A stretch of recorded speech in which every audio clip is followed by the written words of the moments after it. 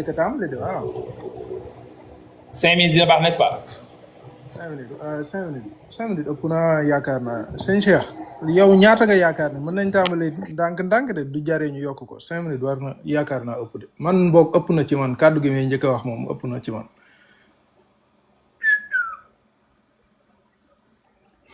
wallahi loo gis rek amul benn problème defal lu lay arrangé. waaw kon baax na. bismillah góor kon 3 minutes. waaw baax na waaw léegi gars yi ñi xam naa ñu gaaral leen waxtaan wi rek dañuy waxtaanee xadisu Aïcha bi nga xam ne nun ñi nga xam ne ay yéefar lañ wala ñu bari ñu génn ci lislaam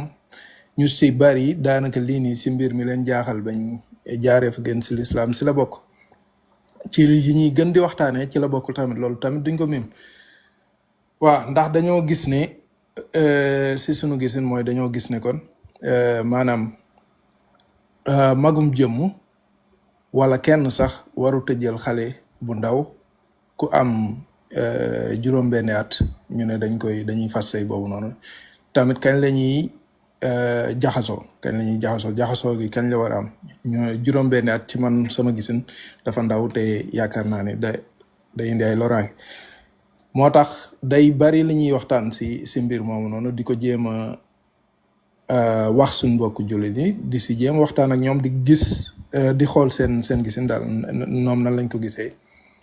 waaw ndax am nañ lan moo si seen xalaat daal ci mbir moomu noonu la mbir mi demee léegi nag ñu ñëw fii nii doon waxtaan xam naa sëñ Cheikh moom dégg na ñi ngi ñëw di waxtaan moom mu jàpp ne nag loolu noonu dañuy ŋàññi diine wala nun dañ ko jël def ko benn arme de bataille boo xam ne fu ñu dem moom la ñuy ŋàbbure loolu léegi moom mu ñëw mu ne ñu dañ indi xadis bi ñu xool ba xam xadis bi wér na wala wérul noonu la mbir mi demee sëñ Cheikh Baye yaakaar naa kon duma juumul yow yaa ne xadis bi wérul nun nu ne xadis bi wér na fan lañ ko teg jullit ñi ñoo ne wér na jullit ñi ñoo ne wér na critique interne la ñuy def jullit ñi ñoo ne xadis bi wér na kon ñoom li ñu wax dañ leen koy nangul ñoom ñoo xam li wér ñoom ñoo xam li ñu jàpp li ñu gëm seen gëm-gëm dañ leen koy jàppal noonu la mbir mi demee léegi damay laaj sëñ Cheikh Baye ñu leeral ko maa ngi naan xadis sax boobu léegi du benn xadis ay xadis yu baree bari la mën naa si indi lim bu takku lépp 2 fukk mën naa ko ci indi ci ay xadis yuy wax si mbir moomu noonu xadis bi kon day wax ne yonent bi Aïcha mooy waxal boppam mu ne yonent bi yu bari Aïcha mooy waxal boppam mu ne yonent bi takk na ko bi muy am juróom-benni at mu jaxasoo ak moom bi muy am juróom-ñeenti at léegi keroog dama dégg sëñ Cheikh Baye mu ne mbir moomu noonu du ab xadis ab asar la yaakaar naa loolu la wax su ma juumul léegi dama bëgg sëñ Cheikh Baye mu leeral ma mbir moomu noonu naka la demee lu tax nit ñi naan xadis la waane du xadis lu tax ngeen ne du xadis loolu laa bëggoon soom si mënee tontu jaajëf.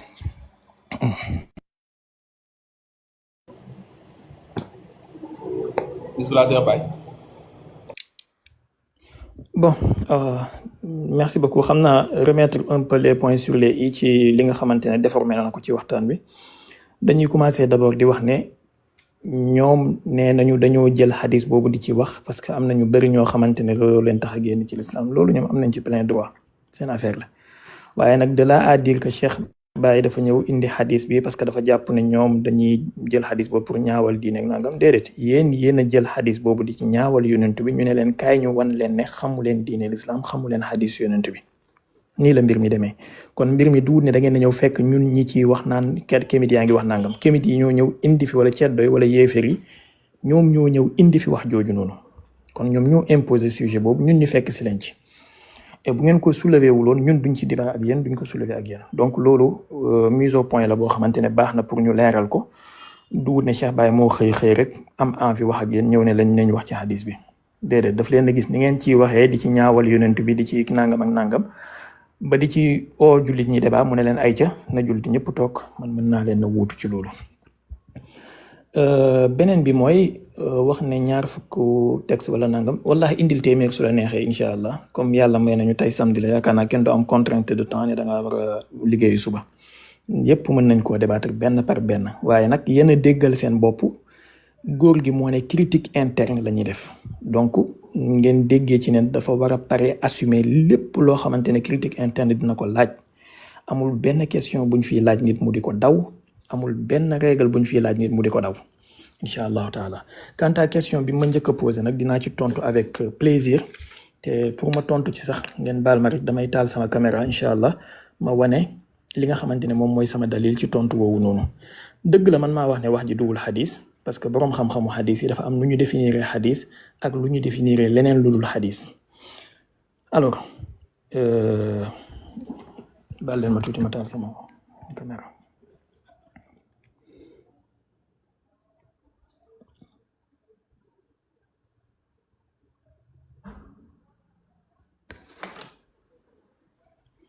voilà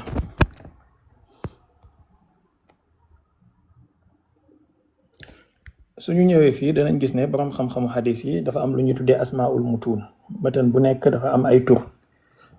ñu ne la buñ nee xadis quand on dit xadis yaxtassu bil marfuu buñ ne asar yaxtassu bil mawquuf wal maqtuu buñ ne xabar aamu. léegi nag boo bëggee xam lan mooy marfu ak maqtu ak mawquuf yooyu dañuy dellu ci beneen page bi nga xamante ne foofu lañ ko jàngalee ñu définiral ñu ko. bi ci njëkk mu ngi ni ñu ne la anwaaul mutuun critères yi nga xamante ne moom la matan wa am bi ci njëkk mooy alxadisul marfu ñu ne la maa udifa ila nabi sallallahu alayhi wa sallam. seen temps bi daa gàtt trop selu ngeen ko def 5. mën na dem 5 de su ko neexee mu continuer leeral bi leeral ba pare. waaw mën na def moom waaw. c'est kon c'est pas continuer leeral li ko doon leeral. d'accord merci. alors ñu ne la maa udifa ila nabi sallallahu alayhi wa sallam min qawlin aw min fi'lin aw taqririn tasrixan aw xukman ñu ne la boobu moom la ñuy tuddee marfu kon buñ ne la xadis xam nga fële waxoon nañ la ne mooy maa yaxtassu bil marfu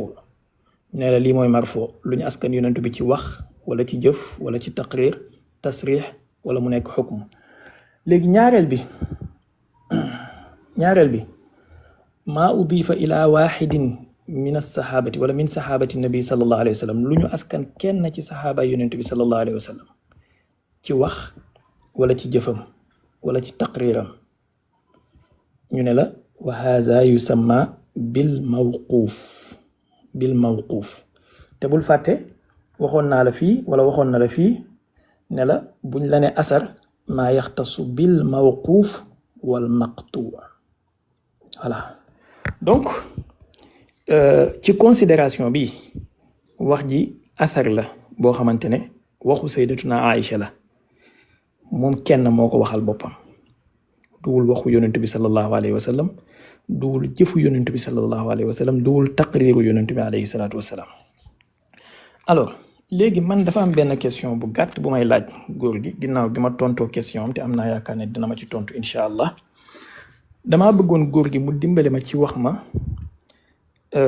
ñaari xaaj yi nga xamante ne xadis am na ko benn bu nekk ban feebar moom moo ci am boo xamante ne daf koy làggal ak ban feebar moo ci am boo xamante ne du ko làggal ñaari xaaj yi nga xamante ne xadis am na ko lii mooy sama première question incha allah yaakaar naa tontu naa question dina am courtoisie tontu sama question jërëjëf. góor gi bismillah kii modérateur bu nekk suuf parce que aadama mi xam naa dafa jàpp pour modérer wala ceed defal demande nga modérer li góor gi bismillah. jaajëf laata may jéem a ñëw si tontu si laaj bi kon suñ Cheikh Baye du ma déggee sa wax man li ma si déggee mbir mi doo asar xadis la ndax da nga wax ne lu nu askanalee yonent bi ci wax wala ci jëf fi jëfi yonent bi moo fi ne ci biir mbir yiñ fi indi bu ñu waxee ne yonent bi takk na ma takk ndax jëf la wala du jëf yonent bi seq na ak man loolu jëf la wala du jëf lu tax nga bëgg a génne loolu noonu ne lii nii nekkut jëfi yonent bi bëgg koo takk rek ne maanaam du yonent bi mbir mi demul ba si yonent bi say wax su fekkee ne jëfi yonent bi la ñuy wax ci biir texte yiñ fi yor maanaam mbir yiñ fi yor dañuy jàpp ne lii kon ab xadis la yàgg fi wax bil marfu nga wax xam lu marfu kon marfu googu noonu nga wax yaakaar naa mi ngi fii ni mbir mi li ñuy wax ci biir àgg na ba si yonent bi ça concerne directement le prophète donc yaakaar naa loolu la nu mu tuddee ci sax xadis la kon waane du asar su fekkee ne li ma wax noonu leeru jubul bokk boo ñëwee nga jéem ñoo jubbanti nga wax ma ba xam mbir mi jëfu yonent bi la wala du jëfu yonent bi yonent bi takk na ma ndax loolu jëf la yonent bi seq na ak man ndax loolu jëf la yonent bi biñ demee Medina samp nañ fa kër yaakaar naa am na benn buy wax loolu ndax loolu jëf la li képp lay laaj yonent bi ñëw na si nu mu tuddati sax Seydina Aboubacar ne ko may ma sa doom ji ak la ca topp ak la ca topp ndax loolu jëf la wala du jëf li képp mooy wax ji boo ñëwee léegi nga leeral ñu kon lu tax ñu nga jëlee ko ci xadis bëgg ko wàccee ne déedéet jëfu wala waxu wala lu ñu askanelee ab saxaaba rek la waane àggut si yonent bi loolu mooy laaj léegi nga ne lan mooy nu mu tuddati sax lan mooy dayifal ab xadis léegi wax dañuy dem rek ñu xoolaat définition saxiix bi kon mu ne loo xam ne dañ koo indi ci li nga xam ne amul dara lu ko dog loolu mooy ab xadis bu saxiix tey ñi nekk ci càllale gi ñoom ñëpp dañuy nekk ñoo xam ne dañ leen di wóolu ci seen mémoire xaw ma nan laa ko mën a waxee maanaam daal di mën a jàpp ni ñuy maanaam niñ mën a jàppee ay mbir di ko mën di sottiwaati tamit maanaam dañoo yor xel moo xam ne mën na jàpp mbir ba doppi di ko génnewaat ci ñiñ ko jàppee woon te duñ si mën a soppi dara tey tamit waruñoo am benn défaut waruñoo am lenn loo xam ne gàkk-gàkk la si ñoom ci luñ leen xamal maanaam di yokk wala di wàññi wala di juum ak yooyu noonu warul tam am ay contradiction si biir maanaam kii wax lii kee ñëw wax la ne maanaam liñ wax dafa liñ war a wax dafa loolu dafa war a dëppoo donc il y a le hadith qui est authentique en lui-même et il y a le hadith qui est authentique par l'autre par un autre en fait que lui voilà c'est un hadith bon mais le hadith en question est rapporté par d'autres voies mu ne benn hadith la boo xam ne dafay baax duñ wax ne wér na waane baax na léegi boobu noonu mais le hadith en question est rapporté par d'autres voies maanaam yeneeni hadith ñooy ñëw pour nu mu tudd sax authentifier ko avec d'autres chaînes de transmission de force égale ou supérieure qui le soutient et l'élève au niveau de Sahih authentique voilà je crois que j'ai répondu à tes questions sinon su fekkee ne leerul nga jéem a wax ma jéem a gën a mën a tontu léegi jàpp naa bind nga sama laaj yi boo ñëwee nga leeral ñu ko ndax mbir mi ay jëfu yonent bi la su fekkee ne jëfu yonent bi la lu tax nga ne du xadis nga bëgg koo def asar jaajëf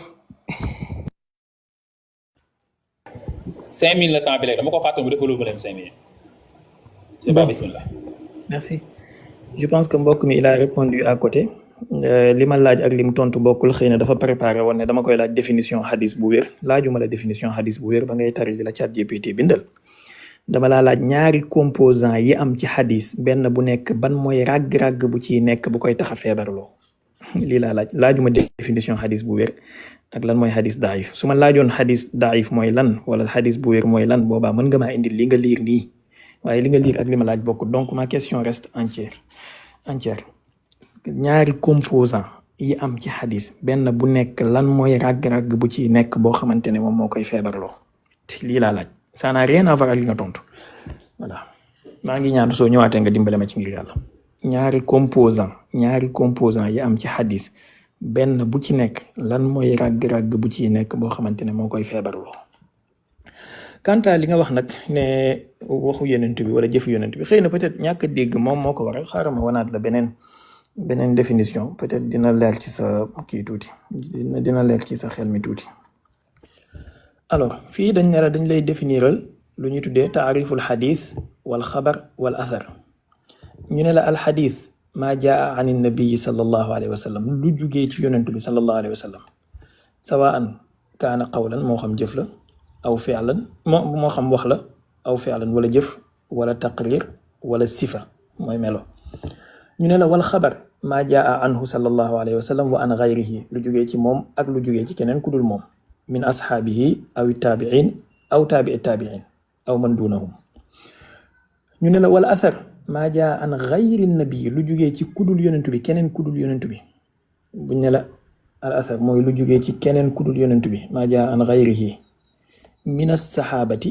aw taabiin aw man dunahum. léegi lu tax ma ne la wax ji duwul athar maanaam mënul bokk jëf juñ la wax fii nettali la ko ne la diw def na ma nangam fekk nangam bokkul ak ñu ne la jëfu yonent bi sallallahu alayhi wasallam comme diw gis na yonent bi muy jàpp diw gis na yonent bi mu sol nangam diw gis na yonent bi muy lekk nangam loolu la ñuy tuddee jëfu yonent bi en tout cas ci l'islam ci ñun jullit ñi. bu la nit ñëwee ne la gis naa yonent bi sallallahu alayhi wasallam muy jàpp ñett loolu jëf la. gis naa yonent bi sallallahu alayhi wa sallam muy joxe nangam loolu jëf la. gis naa yonent bi sallallahu alayhi wa sallam mu wax nangam loolu waxam la. wala yonent bi nee na ma nangam loolu wax la. gis naa yonent bi mu mel nangam loolu melokaanam la. wala def nañu nangam ci kanamu yonent bi mu noppi loolu la ñuy tuddee taqrir. kanta nit ku ñëw nag ne la yonent bi def na ma nangam yonent bi def na nangam fekk maa ngi am nangam kooku waxu saxaabi bi la. kooku athar lay tudd. sew bu ndaw la boo xamante ne xëy na ñi jàng xam-xamu xadis xam nañ ko xëy na ñi ko jàngul nag affaire yi mën naa am lënt ci seen xel waaye ñun ñi ko jàng xam nañ ne xàmmee nañ naka la ligne de démarquement bi nekk seen diggante. donc sama question boobu moo taxaw ginnaaw bi ma tontoo ci sa question bi lu tax ma wax lii jox naa la ñaari définition ay jox naa la sew bi nga xamante ne moom moo distingue ñaari. sama question bi ma répété waat ko ñaari composant yi am ci xadis benn bu ci nekk lan mooy ràgg-ràgg bi ciy nekk boo xamante ne moo koy feebarloo. xaaral ma dolli la ci beneen question. góor gi bëgg naa nga indil ma à l'exception de sayyidatuna Aïcha indil ma ñaari saxaabi ñoo xamante ne nettali nañ xadis bii nga xamante ne moom la ñuy waxtaanee que ne yonent bi sallallahu alayhi wa sallam takk na diw bi muy am 6 ans jël na ko bi muy am 9 ans à l'exception de sayyidatuna Aïcha indil ma ñaari nit ci saxaaba yi ñu ko riwaaya. mooy sama deuxième question jërëjëf.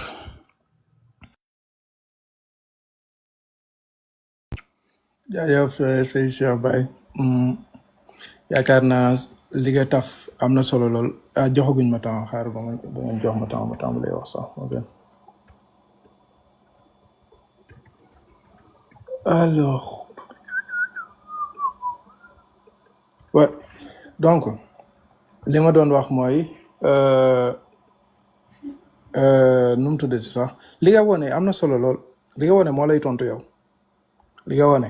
dafay tontu li ngay wax di wax ne li nga wax demeewul noonu maanaam boo ñëwee nga ne nu jëf joo xam ne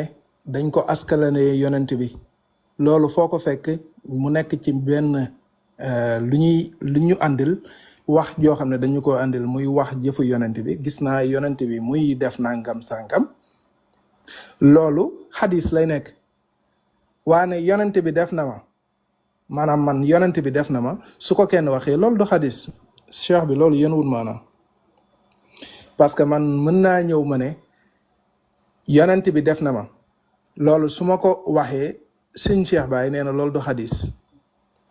waaye ne du sëñ Cheikh Baye ñëwee mu ne yonent bi def na nangam góor gi loolu xadis la gis naa yonent bi muy def nangam góor gi loolu xadis la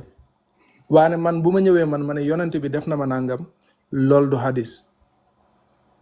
Cheikh bi lii yéen wut maanaam man ma wax loolu noonu moo gën a foor keneen ñëw ne lii nii la demee yéen wut maanaam loolu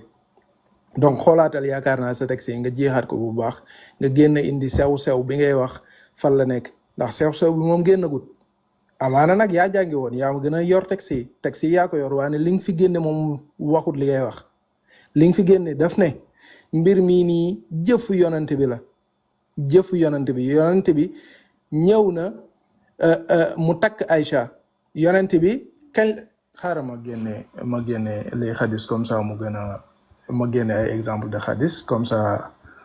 affaire yi gën a leer ñu xool ba xam li ay xadis la wala ay asar la parce que maa ngi bëgg a jommi alors bii dafa xaw a gàtt xaar ma jël bu gën a gudd parce que asar moom warta gudd noonu.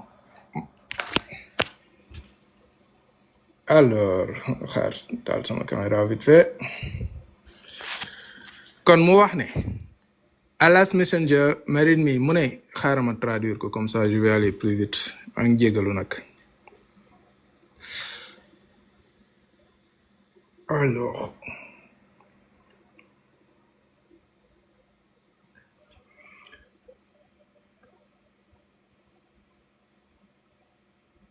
ok. Alors, le messager d'Allah m'a épousé à l'âge de 6 ans et j'ai été admis chez lui à 9 ans. Elle a ajouté, nous sommes allés à Médine et j'ai eu une crise de fièvre pendant 1 mois et mes cheveux m'arrivaient jusqu'au lobe et oreille. lii nii mu ne yonent yàlla bi takk na ko bi muy am 6 ans mu jël ko bi muy am 9 ans ba noppi elle a ajouté, nous sommes allés Aïcha nee na ñoom ñaar dañoo dem Medina gis naa yonent bi mu ndax ku gisut yonent bi muy dem Medina dina taxaw mu ne gis naa dem nañ Medina nee na lii ni du hadis quoi lii du jëfu yonent bi. Nous sommes allés à Médine et j'ai eu une crise de fièvre. Nous sommes allés à Médine bii nii nee na lii ni du loolu quoi du rapporter jëfu yonent bi. Donc Roman, ma mère est venue me voir et j'étais alors sur une balançoire avec mes camarades de jeu. Elle m'a appelé fort et je ne savais pas ce qu'elle me voulait. Elle m'a prise par la main et m'a conduite à la porte. Je disais haha comme si j'étais au bout de souffle jusqu'à ce que mon cœur se calme. Elle m'a conduit dans une maison où s'étaient rassemblées les femmes des Ansar. Elles m'ont toutes béni, m'ont souhaité bonne chance et m'ont dit puissiez-vous avoir part au bien. Elle, ma mère, m'a confié à elle. Elles m'ont lavé la tête et m'ont embelli et rien ne m'a effrayé. Le messager d'Allah est venu là au matin et je lui ai été confié. Léegi le messager d'Allah est venu au matin. leeral ma lii nii lu tax du xadis. Le messager d'Allah est venu au matin. bàyyi naa léegi takk na ma bi coolut. Le messager d'Allah est venu au matin bi nii lu tax lii nii du xadis su ko keneen waxoon nga ne xadis la. Le messager d'Allah, Aïcha a dit le messager d'Allah est venu au matin, ça c'est pas un xadis. leeral ñu ko te ngay indi yeneen source yu gën a wóor quoi. sa laaj yi bind naa ko lu tax composants yi sànq tontuwuma ci j'ai répondu à côté parce que t'avais pas bien formulé la question. J'ai écrit tes sa temps jeex na fu mu ne ubbi sa micro bi temps bi jeexee nga ko sa temps jeex na moo ko mën a ko xam. si yeneen laaj yi suñu ñëwaatee. jàpp si n'est-ce pas fu mu xam nga ni n'est-ce pas xam nga ni ñu defee temps yi góor sa temps ji xam nga ni defee temps bi. d'accord néew dee la war ko sëñ si waaye kon léegi am naa ci maa ngi nii a tàmbali.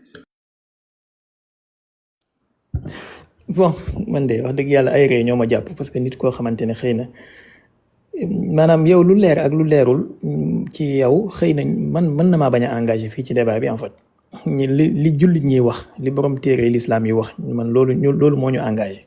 et borom téere l'islam yi définition bi ñu jox naa la ko yow joxewoo lenn lu ko opposé lu dul sa xelum bopp soo amee leneen lu koy opposé ci waxu l'islam comme da nga ne critique interne nga def da nga koy indi nii la ñuy waxee mais sa xelum bopp yow ak lu lënt ci yow ak lu nangam wax dëgg yàlla nga baal ñu mais on en a pas besoin pour l'instant bàyyil ba débat bi jeex soo ñu bëggee jox sa xalaat nga jox ñu ko. man bi nga ma laajee dama la ubbil texte boo xamante ne jullit ñi ñoo ko waxal seen bopp joxeel seen bopp définition yow nga may jox sa xalaatu bopp naan ma Google wax na xaaral ma traduire denc ko ba waxtaan bi jeex. beneen bi mooy xam nga soo bàyyi woon xel tuuti rek di nga xam ne texte bii nga indi nii daf lay tontu parce que texte bii nga indi nii dafay dëgëral li ma wax. ndax ci biir wax ji mu ngi naan la Ummu Durmaan a fait diw sangam a fait les femmes ont fait les nangam ont fait maanaam loolu yëpp soo ko bolonte da ngaa bëgg a wax ne hadis la jigéen yooyu def jigéen ñi indi na ma diw def na nangam diw dem na jëli ma lii moo lay gën a wan ne lii asar la waxu Sayyidatuna Aïcha la moom maanaam bu doon yónentu la jëfu yónentu dañ naan gis naa yónentu mu def nangam point à la ligne waaye diw def na diw wax na diw indi na ma diw jëli na ma diw oo na ma diw fekk na ma may foo mu def ma nangam diw nangam yooyu yëpp day dugg ci hadis kon. soyons un peu sérieux maanaam lii rek moo lay wan ne waxu Sayyidatuna Aïcha la asaru Sayyidatuna Aïcha la buy net bon bu ñu askan Sayyidatuna Aïcha muy nettali sa vie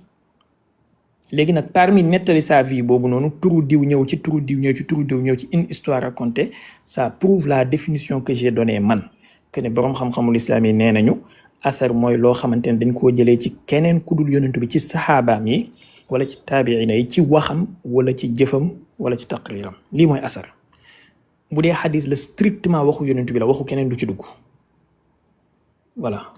bu fekkee xàmmee woo sew sew boobu ñun xàmmee nañ ko bu fekkee lënt na ci sa bopp boroom xam-xamul islam yi li ñu wax moom moo ñu doy li lënt ci sa bopp doyuñu suñu yoon nekku ci nga dimbale ma nga tontu sama ñaari question yi première question bi mooy ñaari composant yi am ci xadis benn bu nekk lan mooy feebar bi nga xamante ne moo koy ràggal ñaareeli question bi mooy jox ma à l'exception de Sayyidatuna Aïcha ñaari saxaaba ñoo xamante ne nettali nañ wax ji point à la ligne merci. cheikh bi yaakaar naa des na la d'accord góor gi dox ma ne yaakaar naa des na ko 2 minutes si 2 minutes mi na ma leeral li ma ko laaj leerut de li muy wax ni leerut. góor gi baal ma bu leerul ci sa bopp man waxuma. déedéet waxuma la sama bopp. góor gi baal ma góor gi baal ma déedéet. góor gi baal ma dese na ma 2 minutes yaa ko waxal sa bopp bu leerul ci sa bopp man cherché wu ma lu leer ci sa bopp man je donne la réponse bi l'islam joxe ak borom xam-xamul islam yi leerul ci sa bopp loolu wax dëgg yàlla ça t'engage yi ça bëgguma wax sa affaire la mais ñiy déglu leer na ci seen bopp voilà ñëwal nga tontu sama question yi s'il te plaît. waxuma ndax leer na sama bopp wala leerut sama bopp loolu du wax ji critique interne la ñuy def Cheikh Baye yaa indi sa texte ne lii nii mooy définition hadis. léegi critique interne la ñuy def indil ma yow texte bu opposé man li ma wax ci définition. li nga wax définition bi ma joxe ci indil ma texte indil texte. non li nga wax dëgg la. indil texte bu opposé li ma wax. déglul dafa mel ni déggoo de. non maa ngi dégg naa xoolal. non je t'assure dégg góor gi attends pour qu'on soit sérieux et rigoureux man damaa indi ñaari texte taf ne la lii mooy définition lii lañ wax yow soo bëggee weddi li ma wax du sa xelum bopp nga may weddee da ngay indi texte bu jullit ñi wax nga teg ko. jaajëf léegi mën nga li nga wax définition yi nga joxe c'est les bonnes définitions li nga wax ne lii nii mooy xadis. demal ci taabal nga kon na ci. dégguma.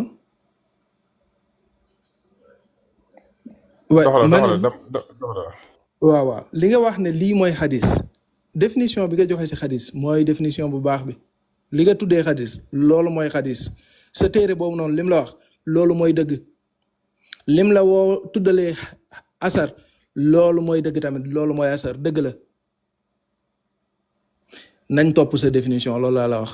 buñ toppee sa définition mbir yii ma la indil ay xadis la du asar lu tax du asar du ñëwee di la wax ne la yonent bi par exemple xadis bi ma wone woon sànq mu ne Allah's messenger come there in the morning mu ne yonent bi ñëw na ca suba ga ana léegi ñoom ñaar nu mu tudd sax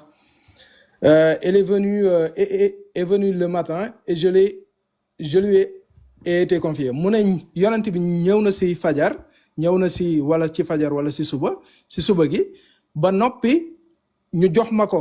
ñu jël ma dénk ma ko nga ne loolu noonu du xadis luy wone ne loolu du xadis li mooy sama laaj bi nga ñëw di ma waxi leneen man laajuma la loolu laajuma la ndax texte bi yëpp si yonent bi lay wax wala su fekkee ne loolu noonu mooy xadis indil li koy wax su fekkee ne dañ ne la xadis duñ ne la xadis un xadis donné muslim 14-22 pour mu nekk xadis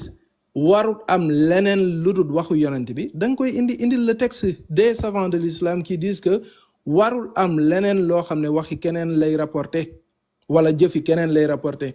waxi yonent bi kese la war a nekk boo ñëwee di wax naan maa ngi doon par exemple du jabar di ñëw di wax naan ànd naa ak yonent bi ñu doon dem Cham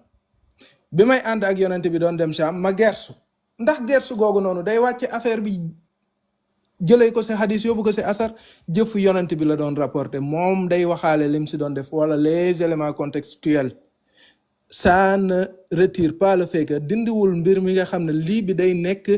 ab hadis lay nekk day nekk hadis ba léegi loolu mënoo ko dindi su fekkee ne nee na yonent bi ñëw na si suba gi ñu jël ma jox ma ko loolu da nga may wax li tax nekkul xadis su fekkee ne loolu xadis la au moins cette partie là xadis la réponds à cette question. Est-ce que cette partie-là su nekkoon loolu képp mooy xadis mooy texte bi est-ce que day nekk ab xadis loolu mooy la première question. Note bien les questions bindal bu baax laaj yi ma lay laaj su fekkee ne loolu kertu moo nekkoon wax ji ndax ab xadis lay nekk su fekkee ne ab xadis la nga wax indil ma benn texte buy wax ne léegi ab xadis warut am leneen loo xam ne waxu yonent bi lay nekk wala jëfu yonent bi lay nekk wala loo xam ne yonent bi def na ko ci kanamam def nañ ko ci kanamu yonent bi te yonent bi wax ci dara xanaa booy wax sax li nga xam ne nit ñi def nañ ko ci kanamu yonent te kenn wax ci dara bii nii ñu wax umul xooma nu mu tuddati duñ ne umul mi ngi doon ñëw di doon fecc ci kanamu yonent bi le fait que umul mi ngi doon fecc ci kanamu yonent bi est-ce que rapporté wuñ fa jëfu umul comment tu peux rapporter maanaam li nga xam ne nit ñi ngi koy def ci kanamu yonent bi approuvé ko waxu ci dara wala mu approuvé ko sans décrire li nit ñi doon def sëñ Cheikh Baye li ngay wax yenwut maanaam maa ngi jégalu indil léegi luy leeral loolu noonu ngay wax léegi ñu dellu sa laaj beneen bi nga ne woon nu mu tuddati sax ma indil la loo xam ne ñaari parties en fait quand tu as posé la question bi nga doon laaj bi da nga ne indil ma ñaari type de hadith loolu nga noonu nga posé woon question bi c'est pourquoi je t'ai répondu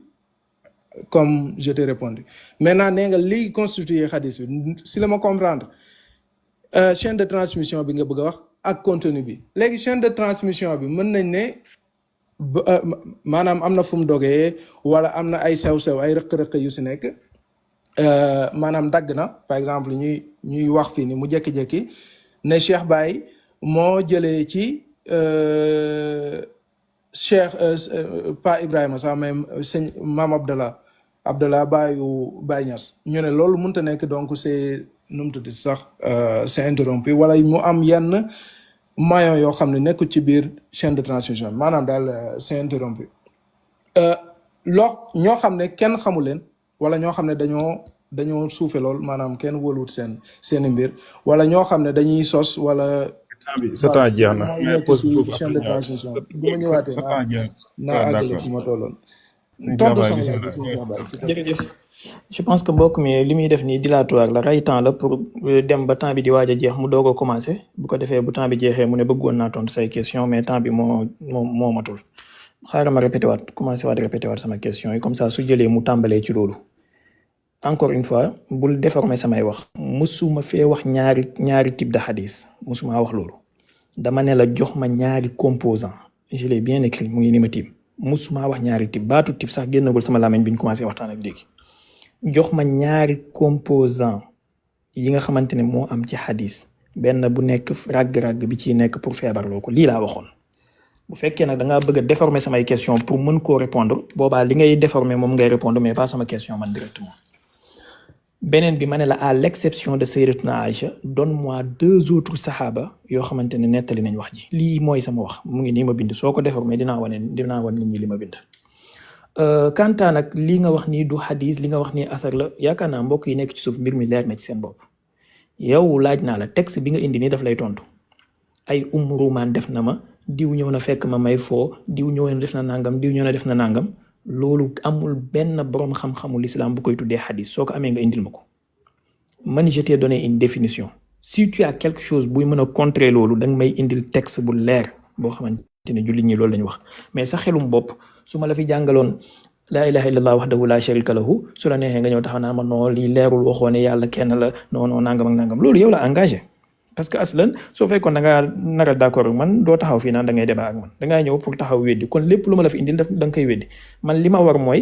lépp lu may wax dinaa ko wane su ko jaree wan ko nit ñi ñu gis et après ñoom danañ def seen propre jugement jullit ñi dañoo wax ne borom xam-xamu jullit ñi hadis mooy loo xamante ne dañ koo askan yonentu bi sallallahu alayhi wa sallam strictement yonentu bi kese ci wax wala ci jëf wala ci taqrir wala ci sifa lii mooy hadis ñu ne la asar mooy loo xamante ne dañ koo askan saxaaba bi wala taabii bi ci wax wala ci jëf wala ci taqrir lii mooy asar nga indi fi texte bu gudd buy nit di dem di foo nit dem jëli ko nit ñëw léttu ko nit ñëw nangam ko nit ñëw nangam ko nga nar a tuddee loolu hadis continue nax sa bopp ci loolu bu fekkee bëgg nga ko en tout cas ñun jullit ñi xam nañ ci liñ nekk. léegi dimbale ma nga tontu ma ci sama ñaari question yi balaa ñuy jàll te ñu bàyyi divague bi ak manœuvre dilatoire yi ndax temps bi mu ngi dem te am na yeneen question yu lay xaar yoo xamante ne war nga cee tontu jërëjëf. mën ngeen ma jox sama temps. jërëjëf sëñ Cheikh waay waaw sëñ góor gi ay ci taabal bi. jaajëf du fekkee ne da ngay yaakaar ne say laaj moo ëpp solo moo gën a kawee samay laaj dag ma koy teel a wax ñu dog waxtaan wi damay laaj samay laaj ngay laaj say laaj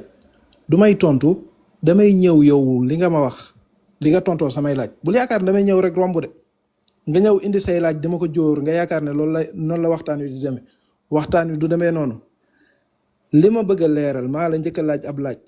laata may jàll si leneen say laaj dinaa si tontu kem li ma mën waane laata may jàll si leneen di nga leeral sama laaj bii nii ma la laaj ba noppi mbir mi ndax xadis la wala asar di nga ko leeral ba mu leer nañ laatu ñuy jàll di nga wax lu tax xadis la lu tax asar la boog te du xadis loolu moom di nga ko wax sa définition xadis bi si boppam moo ne la lii nii xadis la doo ñëwee ngay rapporter les faits que yonent bi mi ngi li mu doon approuvé noo koy rapporter te waxoo fee yooyu noonu yonent bi gis na Cheikh Baye muy lekk ginaar wax ko dara wala yonent bi gis na Cheikh Baye muy lekk ginaar wala muy def leneen mën naa wax leneen muy def nangam mu ànd ci ak moom mu nangul ko loolu du nekkul xadis lan lay nekk yow yaa ne xadis la léegi nan nga koy waxee te doo tudd turu Cheikh Baye ki nga xam ne moo nekkoon doon ko def si kanamu yonent bi te yonent bi loolu ko wax ko si dara li koy leer na c'est juste ce que je demande nga leeral ñu mbir mi nii nan la demee lu tax cette partie là est dans la définition d'un hadith. Comment tu peux amener ça sans citer celui qui fait l'action bi mu war a approuver ak deuxième question bi mooy indil ñu fan lañ la wax ne hadith bi texte bi yëpp warul wax ci leneen lu dul li yonent bi def dong wala li yonent bi wax dong laaj beneen bi mooy ndax yonent bi takk na Aïcha ndax loolu jëf la wala du jëf yonent bi jaxasoo na ak Aïcha ndax jëf la wala du jëf yonent bi ñëw na jël sama si suba si ndax jëf la wala du jëf tontu woo benn si samay laaj ne la léegi man par force damay tontu si say laaj man maa ngi tontu si say laaj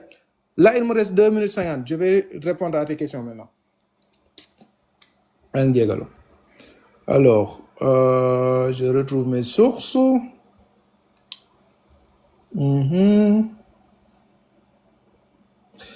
kon maa ngi woon ci chaîne de transmission muy isnaad bi kon soo amee rupture baaxul du amee koo xam ne kenn xamu ko wala koo xam ne dafa nu mu tudd sax kenn wóoluwu ko kooku noonu tamit xadis bi day yàqu koo xam ne dañ ko xam ci sos nu mu tudd sax kooku noonu day tax xadis bi day yàqu loo xam ne maanaam ki nga xam ne daf koy wax dafa am problème ci jàpp mbir yi di ko indiwaat loolu mën na yàq mbir moomu noonu muy indi en fait mën na ko yàq loolu noonu yëpp ci ki nga xam ne ñoo nekk si chaîne de transmission yi la nekk maanaam càllale gi ñi nga xam ne ñoo ne diw wax na boo demee léegi si biir contenu bi tamit muy matn bi mën na am tamit ay rëq-rëq wala ay saw-saw yu si nekk yoo xam ne day tax mbir mi kenn du ko jël muy doo jëlee du ñuy wax dara am leneen loo xam ne ñëw na di ko weddi ci loo xam ne gën na kawe source yooyu noonu loolu noonu su amee mën nañ remettre en cause xadis bi su amee lenn loo xam ne mi ngi ci biir xadis bi tamit tam jaaxal nit ñi moo xam ne nu mu tudd sax affirmation yoo xam ne peut-être jaaxal na nit ñi par exemple yonent bi je sais pas loo xam ne daal yaakaaruñ ko woon si yonent bi par exemple un truc irrationnel ou bien contraire à la loi islamique loo xam ne yaakaaruñ ne lii nii l'islam daf koy tere ñu ñëw ne par exemple yonent bi def na ko foofu mën nañ taxaw ne xadis bi nii y a un problème là-dessus voilà voilà loolu laa gis xadis boo xam ne loolu laa si gis quoi si diggante contenu bi ak chaîne de transmission yi su fekkee ne tamit ci xadis yi nga xam ne am na ñeneen ñu ko indi ñu dul Aïcha mën naa la si indil ay xadis naa la ko indil jàpp si nga tontu sama laaj yi say laaj ëppul doole samay laaj bul yaakaar ne yow yaa am say laaj naan ma da ngay rey temps ak da ngay lool rayuma temps je tiens à mes réponses je veux que tu répondes à mes questions comme je réponds à tes questions je suis pas là pour nekk di interrogation nga ñëw di ma laaj ay laaj rek ma lay tontu sama laaj s'il te plaît. jaajëfati sëñ góor gi sëñ Cheikh Baye. jàpp naa ne dagg sant bi mu def ci fin bi moom mënoon na cee profité tontu sama deuxième question parce que 2 questions la amoon benn bi mooy lan ñaari composants yi composé hadis yan ragg-ragg moom moo ci gaar yoo xamante ne dafay feebarloo hadis bi. ñaareel question bi mooy à l'exception de Sayyidatuna Aïcha na ma jox ñaari turu saxaaba yu nettali wax ji. bon dagg sant bi mënoon na cee profité tontu ñaareelu question bi peut-être moo doon gën a yomb ci moom mais yaakaar naa daf ci amagul réponse moo tax bis boo ci amee réponse boo jëlaatee nga tontu ma ci. quant à wax ne naa tontu say laaj xanaa tontuwaat téeméeri junne yoon yow Ummu Rumaan def na ma nangam diw fekk na ma may foo mu def ma nangam loolu hadis nga ko bëgg a tuddee su fekkee hadis nga ko bëgg a tuddee indil kenn ci jullit ñi ku tuddee loolu hadis maanaam. sama yaay fekk na ma toog mu def ma nangam su diw sangam fekk na ma mayu foo mu indi ma sang ma diw sangam defar na sama karaw gi diw sangam def na ma nangam ma naan nangam di def nangam loolu mooy hadis maanaam jëmmi texte bi nga indi nii moo lay wan ne mbir mi du hadis jëmmi texte bi nga indi nii moo lay wan ne mbir mi du hadis et comme yow yaa épousé sama définition bi ma joxe te amoo beneen définition bu ko contraire nee nañ la asar mooy loo xamante ne dañ koo askan saxaabi bi. ci wax wala ci jëf wala ci taqrir léegi kan moo nekk di wax ci texte bi Sayyidatuna Aïcha moo nekk di wax moom moo nettali li ko Ummu Rumaan def moom moo nettali li ko diw def moom moo nettali li ko diw def moom moo nettali li ko diw wax kon waxu Sayyidatuna Aïcha la duwul waxu yonent bi sallallahu alayhi wa sallam ay jëfu Sayyidatuna Aïcha la duwul jëfu yonent bi sallallahu alayhi wa sallam am na benn affaire nag bu rëy boo wax xaw ma ndax da nga koo wax ci tayeef xaw ma da nga koo wax ci fàtte nga ne ñoom biñ ñëwee Médine bon dafa mel da ngaa insinué ne yonent bi sallallahu alayhi wa sallam dafa war ànd ak Sayyidatuna Aïcha Médine c'est gravissime yonent bi sallallahu alayhi wa sallam bi muy gàddaay Seydina Babacar kese la àndaloon loolu c'est connu de tous les musulmans du monde voilà kon bu fekkee loolu nga fa bëggoon dugal ay bu ñu ñëwee Médine kon dafa ànd ak yonent bi nga naan loolu kon jëfu yonent bi la tu as tapé poto yonent bi muy gàddaay Seydina Babacar kese la àndaloon saani isnayni iz humaa fil ghaari iz yaqulu li saahibihi laa tahzan inna Allaha ma'anaa léegi comme tudd nga yenn ci xeetu ràgg-ràgg yi nga xamante ne dafay am ci chaîne de transmission bi ak yenn ci xeetu ràgg-ràgg yi nga xamante ne dafay am ci jëmmi wax ji waxtaan bi mën naa ubbeeku jëmmi hadis bii nga indi man dama cee gis ay ràgg-ràgg yoo xamante ne dafa am ci chaîne de transmission bi dafa am ci matan bi itam bi ci njëkk mooy dinaa la poser benn question boo xamante ne bëgg naa nga dimbale ma ci mooy chaîne de transmission bii nga indi dafa am kenn ku ci nekk koo xamante ne yaakaar naa yaa ngi indi hadisu Muslim bu nekk ci numéro 1422 haddasana Abu Kurayb Muhammad ibnul Ala ci chaîne de transmission boobu dafa am ñaari nit ñu ci nekk benn bi Abi Usama keneen ki mooy Hisham ibnu Urwa léegi nañ taxaw ci Hisham ibnu Urwa d'abord Hisham ibnu Urwa boroom xam-xamu hadis yi dañoo wax ne Hisham da doon tadlis te ba pare ci fin wu dundam dafa amoon ixtilaat te yow yaa ma wax ne pour que hadis bi wér il faut que chaîne de transmission bi bu mu ci am kenn koo xamante ne fiabilité intellectuelle am dañ koy mën a jam léegi am nañ koo xamante ne moom fiabilité intellectuelle am mën nañ koo jam moo xam ci wàllu tadlis moo xam ci wàllu ixtilaat bi mu am donc yow ndax hadis bi da ngay continuer di ko wéral wala feebar boobu su ci feeñee chaîne de transmission boobu pare nga pour sànni ko lii question la boo xamante ne c'est dichotomique mën nga cee tontu oui ou non su la neexee bu fekkee am nga ne leen loo ci bëgg a yokk itam mën nga ko cee yokk mais daal sama question sànq bi dimbale ma ci ñaari saxaab yi yoo xamante ne ni à l'exception de Sayyidatuna Aïcha nettali nañ wax ji beneen bi mooy dama laa bëggoon a wax ne jëmmi wax ji mooy matanu hadis bi yow yaa wax ne bu mu nekk loo xamante ne bon pour ma fàttali ko mbokk yi bokk na ci feebar yi nga xamante ne dafay gaar matan mooy bu mu nekk lu marginal bu mu nekk loo xam ne amul kenn ku ko wax mu wuuteeg li ñeneen ñi wax jëmmi hadis bi nga wax dafa marginal maanaam Sayyidatuna Aïcha kese moo ko wax amul beneen yoon bu wér bu ko keneen waxee moo tax ma laaj la indil ma ñaari saxaaba à l'exception de Sayyidatuna Aïcha yu ko wax so bu fekkee marginalité am sax na kenn nit kese moo ko wax te les faits historiques am nañu ay documents ak ay faits yu weddi loolu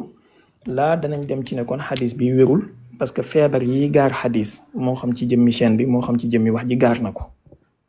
et bu boobaa mën nañoo dajale xadis mën nañoo dajale asar bi ñu tegee ko de côté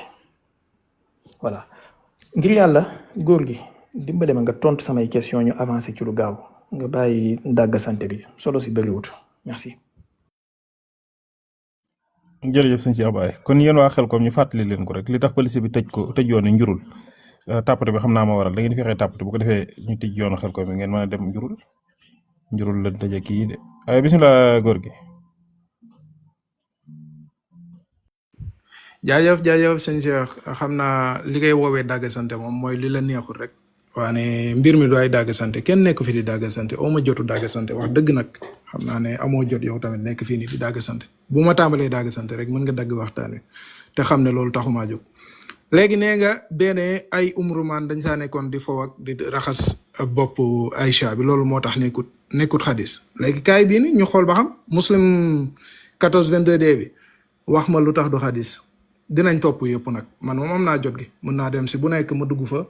ñu nga leeral ma lu tax benn si ñoom yi ni nekku ci xadis léegi ñu xool mu ne Aïcha Kalalegre a rapporté que l'apôtre d'Allah l'a épousée quand elle avait 6 ans et il l'a amenée chez lui quand elle avait 9 ans. Et quand il est mort, il avait 18 ans. Elle avait 18 ans, autant pour moi. Léegi ndax il l'a amenée chez lui quand elle avait 9 ans. ndax lii nii jëfu yonent bi la yonent bi takk na ko ndax jëfu yonent bi la ndax yonent bi yóbbu na ko këram ndax jëfu yonent bi la yonent bi génn na àdduna ndax jëfu yonent bi la ndax yii nii lii nii leeral ma muslim 1422D lan moo tax du xadis leer muslim 1422D lan moo tax du xadis xaaral léegi ma jox la beneen si li nga doon laaj nu mu tuddee sax les trucs yi nga xam ne moo nekkut jugewut ci Aïcha vérifier gu ma nag chaîne de lii bi nu mu tuddee sax authenticité bi mën naa ko vérifier après yor naa si ñaar yoo xam ne moo gën a jege ñaar ba ñett yu ma la mën a jox waaye xaaral ma xool ban laa la si tànnal alors ouais Sunan Baxaawi bi maa ngi ak moom yaakaar naa xaaral boobu war naa ko yaakaar naa maa ngi woon ak moom Sunan Baxaawi maa ngi jégalu de alors Sunan Baxaawi wesh où est-ce que j'avais mes trucs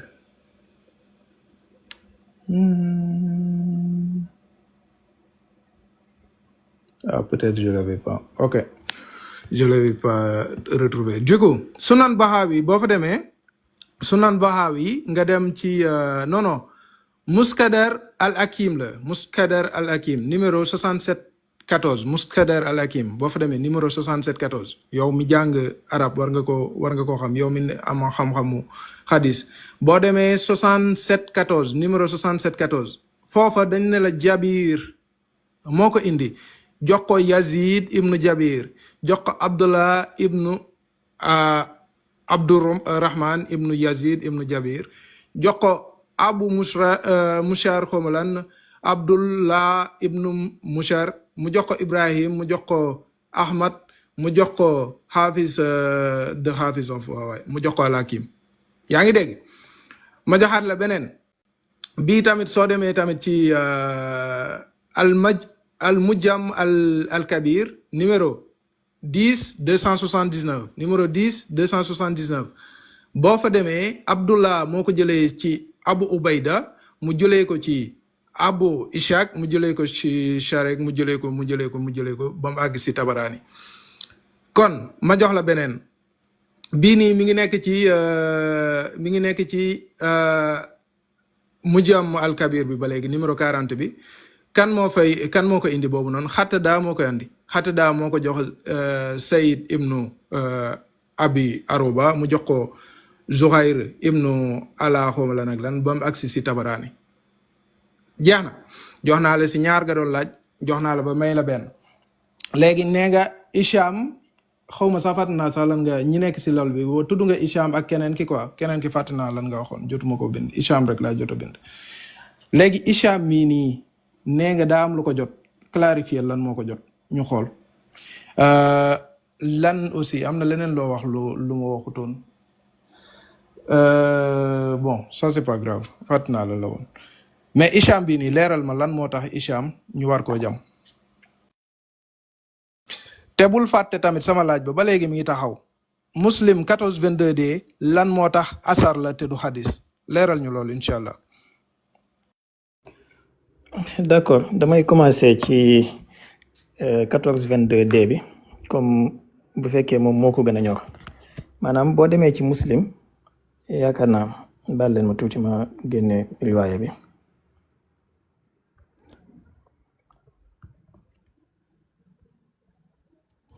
voilà riwaaya bi moo nekk nii 1422 حدثنا يحيى ابن يحيى وإسحاق ابن إبراهيم وأبو بكر ابن أبي شيبة وأبو كريب وقال يحيى وإسحاق أخبرنا وقال الآخرون حدثنا أبو معاوية عن الأعمش عن إبراهيم عن الأسود عن عائشة قالت تزوجني رسول الله صلى الله عليه وسلم بوح جيجيخ léegi aslan riwaaya bi dafa wérut benn Amash mi ngay gis fii moom moo nekk ni Suleymaan ibnu Mihran al Amash muhaddisul Kuufa wa qaari'uha kaana yudallisu wasafahu bizalika alkarabisi wannasaa'i wa daaraqutni wa gayruhum. Ibnu Hajar al Asqalaani moo ne la Amash daf doon tadlis mudallis la woon te boo xoolee ci riwaaya bi daf ne la anil Amash kon dafa anaana te koo xamante ne dafay tadlis bu anaana dañuy delloo xadisam donc riwaaya bi aslan dafa wérul demal nga indi riwaaya bu wér ñu doog a wax. beneen bi riwaaya bi nga xamante ne daf koo indi ci mustadrak bu alxaakim ci 6714 ak riwaaya bi nga xamante ne daf koo indi ci tabaraani bon man daf maa jaaxal nee na diw moo ko jël jox ko tabaraani moom dafa mel ni xamul ne tabaraani moom moo bind téere bi diggante tabaraani ak sayyidatuna Aïcha lu mu gàtt-gàtt ñaar téeméeri at moo ci dox lu mu gàtt-gàtt siècle ak lu topp wala 2 siècle dox na ci tabaraani moo bind téere bi naka la mën a nekkee ne moom moo wax ji. beneen bi nee na Qataada di la fàttali ne Qataada taabii la duwut saxaabi bon comme yéen Google ngeen xam xaaral ma taalal la Google rek ñu vérifier ko foofu vite fait nga xool. Qataada mooy Qataada ibnu Da'amat as-Sadusi ci taalibi Anas ibnu Malik yi la bokk. donc wax joo xamante ne ab taabii moo ko wax man saxaaba laa la laaj à l'exception de Sayyidatuna Aïcha saxaaba laa la laaj nañu baal leen ma ñu taal Google ñu xool voilà.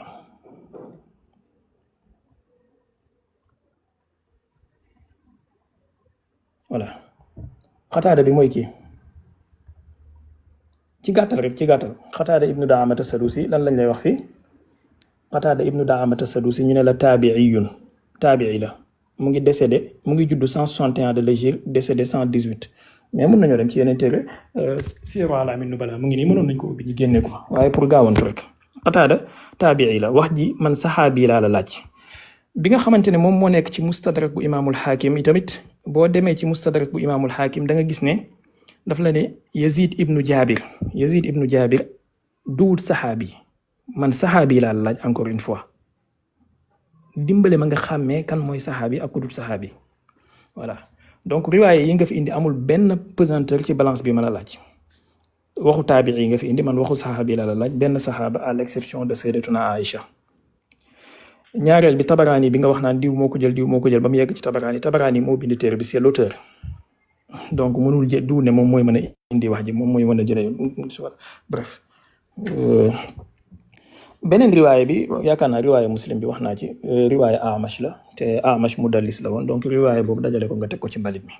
te mudallis bu anaana xam nga ni loolu dafay yàq xadis bu fekkee xam nga tuuti ci bon du ma xam nga sax.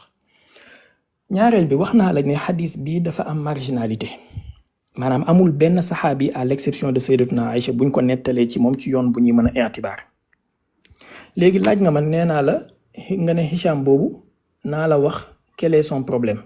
ba volontiers Hicham ibnu Urwa xaaral vite fait ma taalal la caméra bi wan la quel est son problème.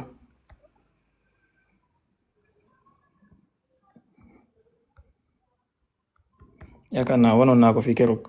mbokk bi ñu doon waxtaanal sax waaye xaaral ma wane waa ko rek.